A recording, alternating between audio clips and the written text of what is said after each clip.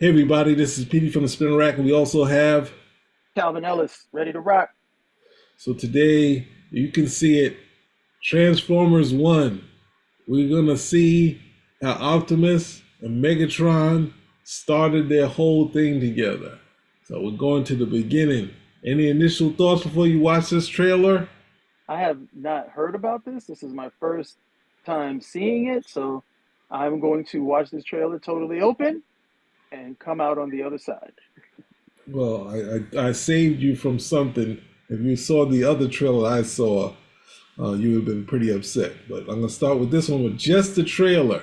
You'll notice something very different when you listen.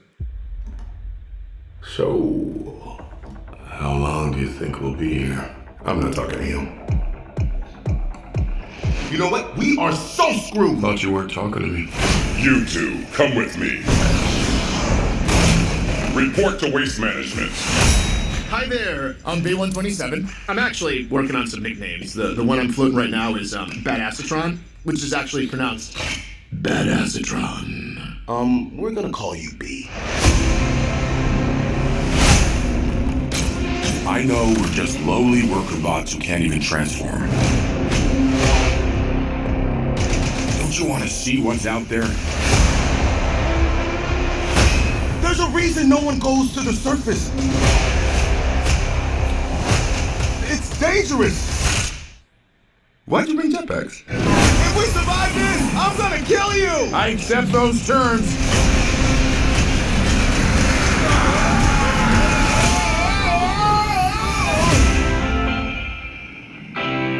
The surface. It's beautiful.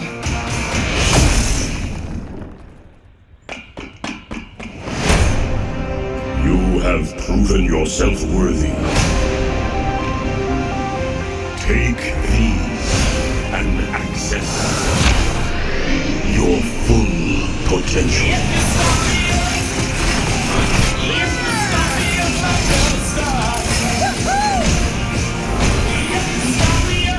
It's time to show them we are more than meets the eye. We can transform now! On three. One.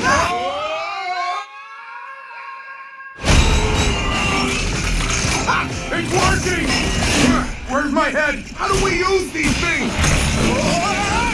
Oh, look at the wheels! I need wheels! Woo! Guys, that's not good. We've got these powers for a reason. Let's use them. We stand here together as one.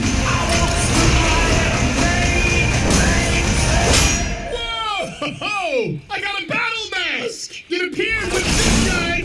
Knife hands? I have knife hands! I can see that.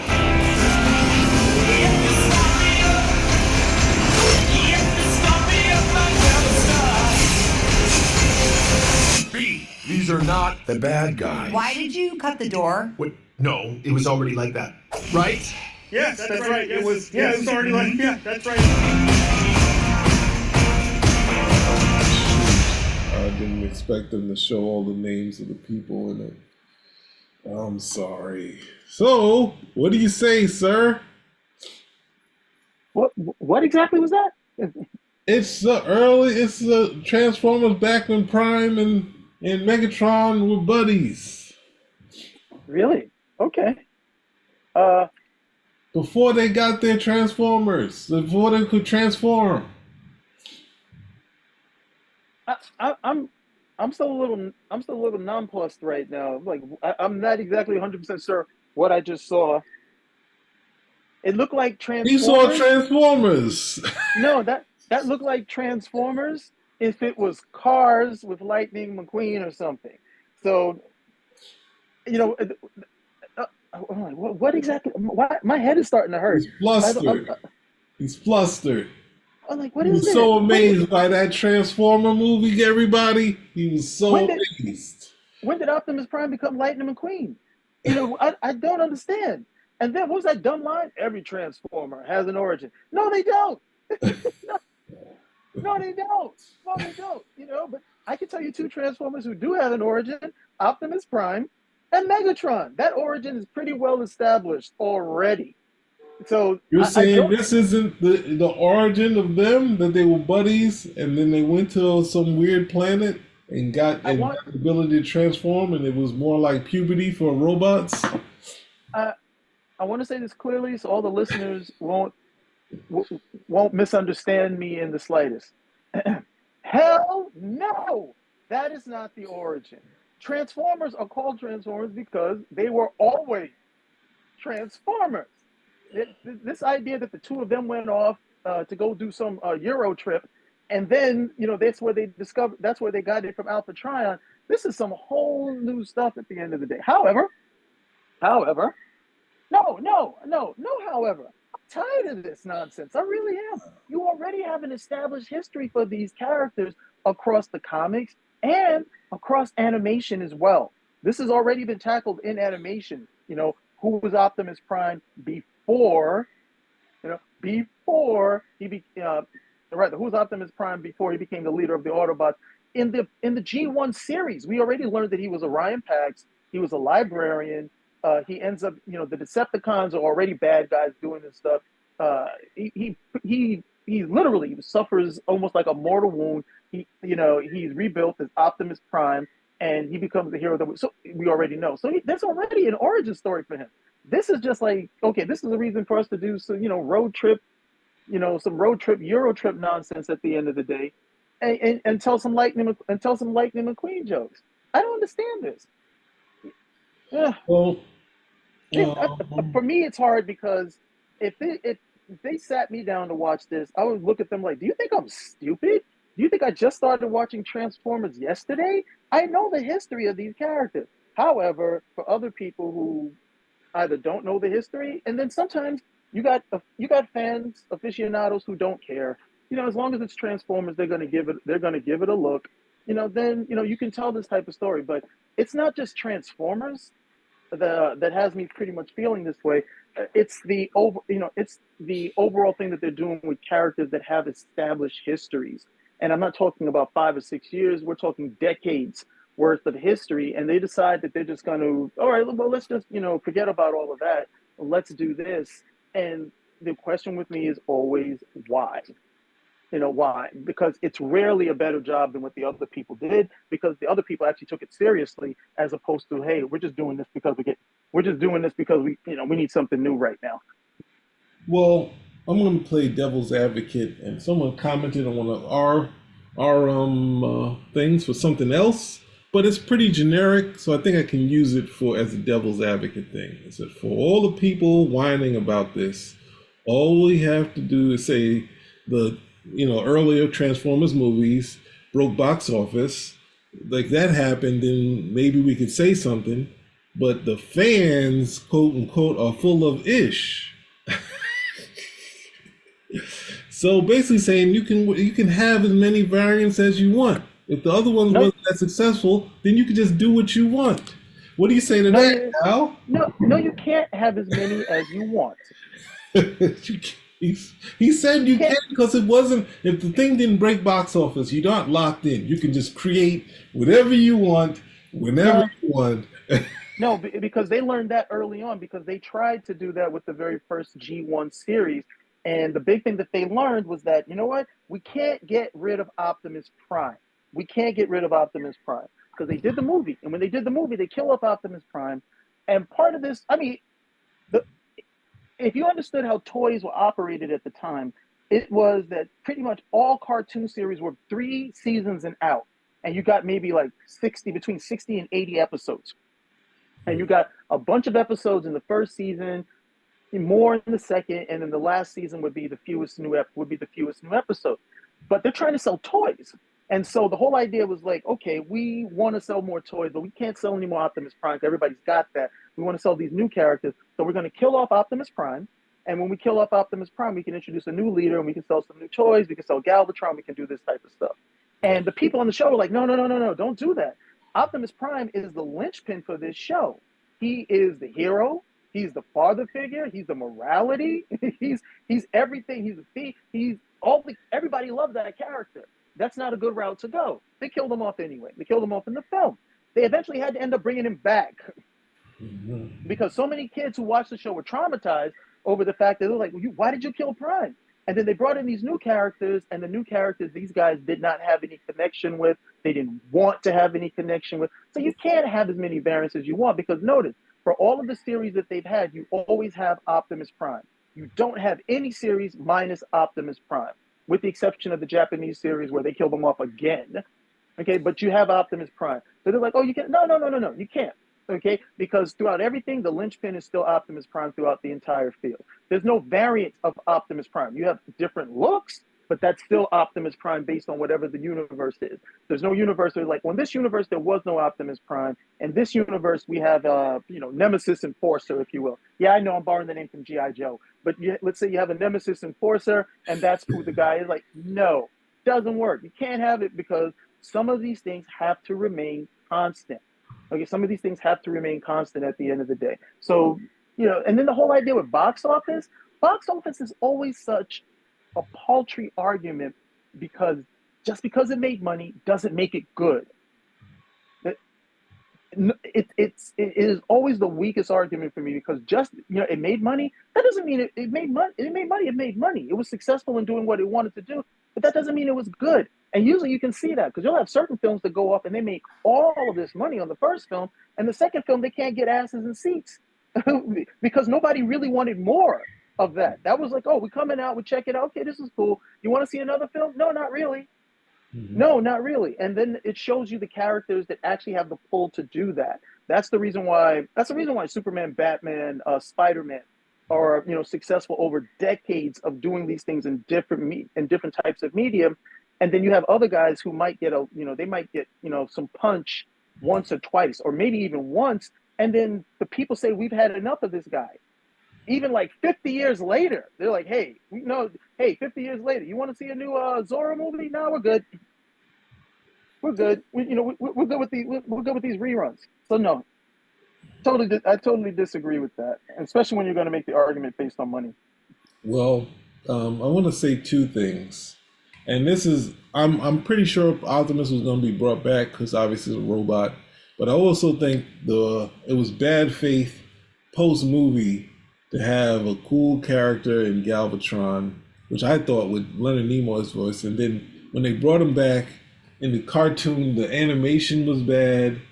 The stories were bad. I remember liking maybe 2 stories of that next series of stuff, and it was just like, what happened? All the money's run out of this thing, and the writers are not interested in writing to Rodimus Prime either. They're just like, it just felt like how the X-Men became. It was just a whole bunch of Transformers. Some were bad, but it was more like wrestling, but it wasn't enjoyable. And then at some point, some were bad. Some were bad. That third season, I watched it. It was, there's two I liked. As a kid, if it was a cartoon, I would watch it, but it pales in comparison. Well, they made in addition to killing Prime, they jumped the series ahead like 40 years. Yeah. And nobody was ready for that. Nobody was ready for that. I mean, it's one thing if the kids are like, okay, we're not ready for Rodimus Prime, but even in the story, the other Autobots are like, yeah, we're not. Yeah, maybe we'll listen to you this time. Maybe we won't. So that character never came across as having any genuine authority. I think there was one episode where like Grimlock, I think he told Grimlock to do something, and Grimlock was kind of like, yeah, whatever. I'm not doing it. And that for me was a big deal, because Grimlock was pretty much, I'm not listening to anybody, but he would listen to Optimus Prime. Mm-hmm. He may even do it begrudgingly. He's like, you know what, Optimus Prime, I don't want to do it, but yeah, okay, I'll do it. But Grimlock was like, hey, Rodimus Prime was like, hey, Grimlock, I need you to do this. He's like, yeah, go to hell, Rodimus, I'm not doing it. Yeah. There's only 2 episodes. There's I think it's either something different, something or I Grimlock, where Grimlock was smart, and the one where there's this energy creature that was just zapping, like just turning all the Transformers gray, and it was like the best animation of that entire period. I was just like, wow, that's pretty good. But otherwise, it was no good. But I wanted to just bring that up. But my second thing I want to bring up is that you're not fully triggered. You were baffled, which was great. I really enjoyed that because I know how much a fan of these guys you are. But you weren't as bothered as I thought you should be. So I figured a way to make you more bothered. Oh, you want to really bother me? Send this to my brother. And then after he gets on me about then, no, we grew up watching this stuff. No, I'm not finished. I'm not finished. I'm not finished. First off, you didn't say anything about the voices. You didn't say anything about the voices. And secondly, look at the actors playing them. What do you got to say? Whoa, wait a second. I knew it. Call the cops. We got him. Who's playing? The dude on the right? Who's he playing? Please tell me he's not playing Optimus Prime. No, that's Megatron. Obviously, Chris Helmsworth is Optimus, and I guess it's Brian Tyree Henry. He's Megatron. I can't even say it. I can't say it with a straight face. My brother, what is going on? I got him again. Why is he playing Megatron? And Chris, no, this is a joke. This is a joke. Okay. Cal, the young. You got to get younger people. You can't. I'm gonna be cool. I jokingly asked you to take it easy, and now you actually. I expected you to really lose it. Well, hence why I brought up this one back again to see. Well, he wasn't triggered enough. Let's see if I can trigger him again, but it didn't work. He played nice, everybody. What is this? When I saw it, I thought of you. I immediately thought of you when I saw his hair. I was like, I can't show him. And then you didn't flip out. You were so baffled. No, I already went after him hard enough when he was that gay Eternal. So, which I still do not understand from that movie. I was like, he's an android and he's gay. I was like, okay, yeah, you lost me. You really lost me on that one. But I'm sorry. I'm gonna say it. I saw him once. I thought he was a regular dude, and now it feels like it's a plant. Like they say, who people are a plant, and they always say Kevin Hart is. I say no, that dude's a plant. Gerard Carmichael, that's a definite plant. It's like I'm sorry, I'm going totally off Transformers, but I didn't get what I wanted. I wanted to see if I could push you over the edge, and it didn't work. So you maintain composure. This is after how many shows people tell? Please, man, don't do it. Don't sack the whole thing. I just don't. I gotta pass this on to my brother and hear back from him. What does he have to think? Because he'll be real succinct with it. He'll explain to me exactly why it's trash. He'll articulate it, and he won't have been on the road for like 6-7 hours like I have today to get back in time to do a show. So he won't have it. But I am really, really exhausted with these reworkings of existing stories. They already knew this years ago. They already they've done an origin for Optimus Prime at least 4 times. At least 4 times. Megatron, that might be a different story, but Optimus Prime, who is hands down, the most important Transformer of the Transformers franchise and universe, they've dealt with him on more than one occasion. So for them to do it again, and then they want to do it with this. I mean, they don't seem like they're really going to take it seriously, because at some point we're supposed to believe that these guys over here, end up becoming these hardcore battlers. At the end of the day, it's going to be hard to swallow. But what do they say? Every Transformer has an origin that is then warped into this, so we can get some more story out of it. Well, it's interesting that when I found out that they had some Transformers series on Netflix, I just gobbled all those things up. Even though I didn't know the history of this, I missed the whole Unicron and I think the Earth stuff, all that stuff. But it felt like coming home, even though the backstories were a little bit different. but but at the same time, the characters that were outside of Bumblebee, which keeps getting cooler every iteration that they come up with. I don't really, but Bumblebee I can't really complain about because I understand what they're trying to do. Prime and even, well, I guess, and Megatron, those voices are so things that if you get some actors, I really feel like you should try to follow those voices and what they would have been when they were younger. And the cracking of Megatron's voice at times, you need to really capture that. You need to get someone that would not only embody the older, but be able to give you a voice that would be close to the younger, that sort of thing. And this, even though I probably check it out, but at the same time, it's too much of the standard Hollywood puberty type of thing where it's like, oh, look, it's like what I would, my first story. What would happen if I became a transformer? Oh, I don't know how to transform the wheels. And it's just like some of those things. No, see, that's the problem, because not everything, these are robots. These are not human beings. Okay, they're not human beings. Well, okay, we got to be born. We got to be spoon fed. We got to learn to balance. We got to do all this. No, these are robots. Once they know how to transform. Period. Mhm. Period. Okay, they're not taught. Okay, they're designed. It's a totally different thing. But and I understand that these are anthropomorphic robots. Blah blah blah. But okay, not everything.